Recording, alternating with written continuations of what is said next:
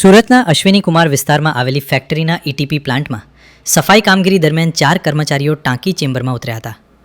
પ્રાથમિક માહિતી મુજબ અંદર ઝેરી ગેસ અથવા ઓક્સિજનની અછતના કારણે ચારેય ગુંગળાઈ ગયા હતા. ઘટનાની જાણ થતાં ફાયર બ્રિગેડે તાત્કાલિક રેસ્ક્યુ ઓપરેશન હાથ ધરી ચારેયને બહાર કાઢ્યા હતા. જો કે 2 કર્મચારીઓના મોત નીપજ્યા હતા, જ્યારે અન્ય 2ને ગંભીર હાલતમાં સ્મીમેર હોસ્પિટલમાં ખસેડવામાં આવ્યા છે. હાલ પોલીસ અને ફાયર વિભાગ સમગ્ર ઘટનાની તપાસ કરી રહ્યા છે.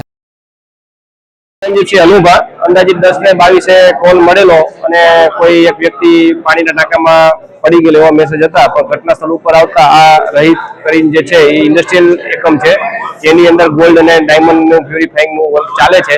તપાસ કરતા 4 વ્યક્તિ જે એમની રો મટીરિયલ હોય જે પ્લાન એની અંદર એ 4 વ્યક્તિ અંદર પડી ગયેલા જોવા મળેલ, જેને ફાયર વિભાગ તરફથી તાત્કાલિક બહાર નીકાળી અને સિવિલ હોસ્પિટલ ખાતે રવાના કરી દીધેલ છે.